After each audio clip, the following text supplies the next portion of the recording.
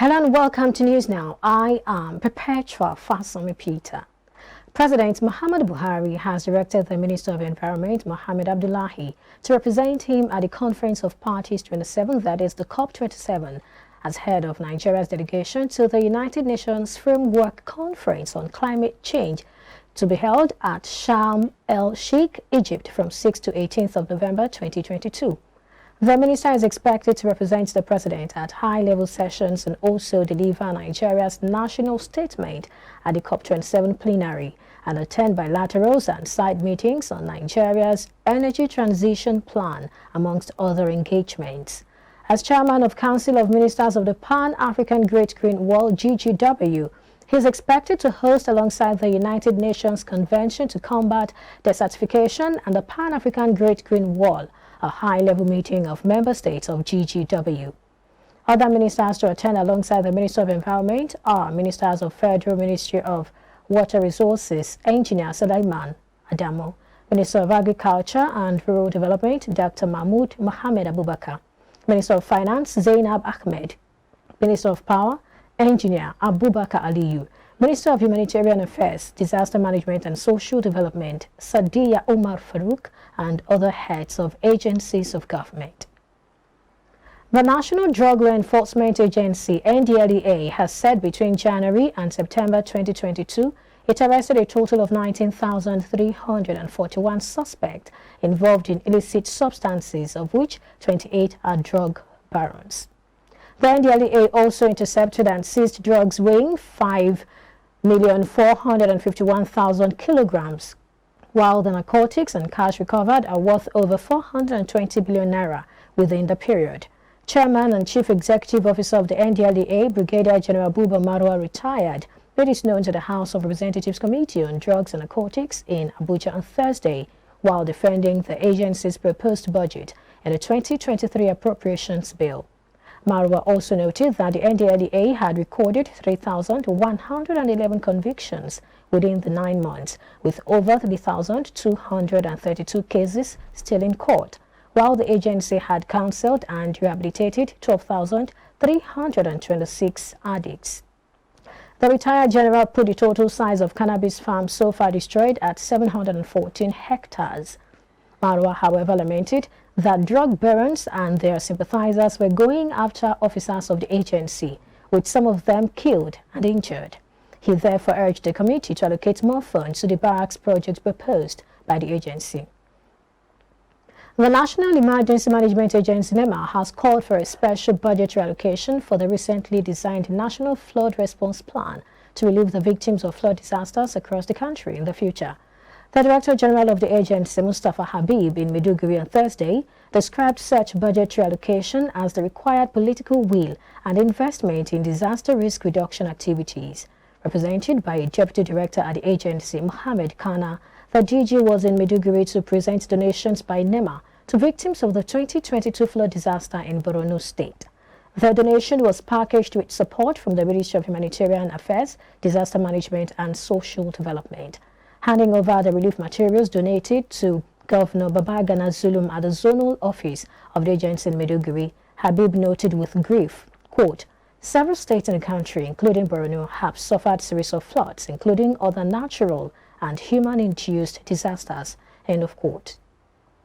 Governor Seyi Makinde of Oyo State has presented the 2023 budget proposal of 310 billion naira before the state legislature. Makinde made the presentation of the budget, tagged Budget of Sustainable Development, before the House during its plenary session. The governor proposed 154.3 billion naira as capital expenditure, which represents 49.79% of the total budget, while 155.6 billion naira was proposed as recurrent expenditure, which stands at 50.21%. He disclosed that the 2023 proposed capital expenditure has a marginal drop over 2022's 52.97%. According to him, the focus of his administration in 2023 would be to complete projects rather than starting new ones.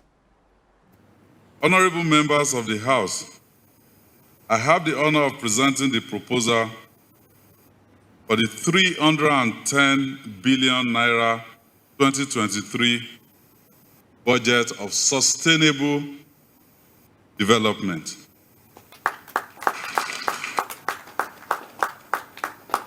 So with this budget, we are moving from accelerated to sustainable development. Sustainable development means that we aim to meet the needs of the good people of Oyo State on this side of the transition without compromising the ability of the next administration to meet their own needs.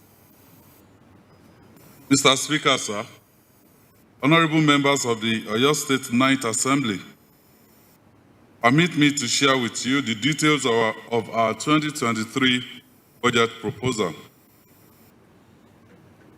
This budget proposal is premised on the following revenue stream. Proposed IGR of 83 billion naira,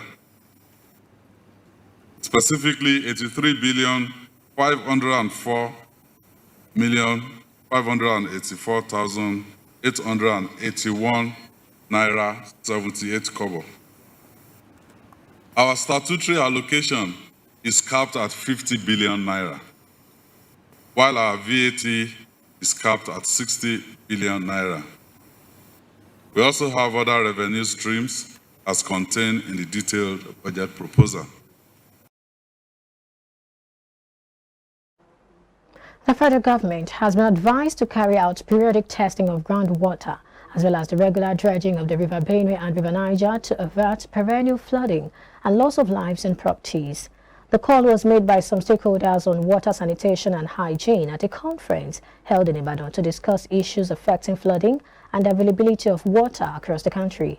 Speakers at the event, who lamented the scarcity of potable drinking water, called on the central government to partner with relevant stakeholders to avert what they described as a malady that had adversely affected Nigerians. Policies, institutions, and regulations must be in place so that when these things are in place and signed into law, it becomes our roadmap, it becomes our direction. So no matter who comes, you still meet what the others have done and you continue forth. So the shore wash is laying more emphasis that the PIR plans must be in place. During the dry season, they plant rice along the banks, which used to be the shoulder of the river, meaning that the river itself has been silted up by sand. So we don't have river any longer. So whichever way, when you have very high volume of water coming from the dam, whether Lagdo Dam or whichever dam, then it comes straight to the flat because it's not going straight to the bucket. So invariably we keep having flood. So I don't know why we are using 90 days to plan for what can be done in less than 30 days. So for me, there is no river any longer in Nigeria, and as long as there's no river, we keep having the flood perennially. Well, I'm very happy because it gives us opportunity to talk to the peoples, the operators, those of us who are evaluators. As you know, as an evaluator, what you do is to go in and say, is there value for money? Is it being done? So now we will challenge the government and the people who are drilling boreholes. If you ask that a borehole be drilled for you, are you going to get your money? Can I come and evaluate? And then we are not policemen, but we try to see whether things are being done, and when they are not done, what can be done to improve it.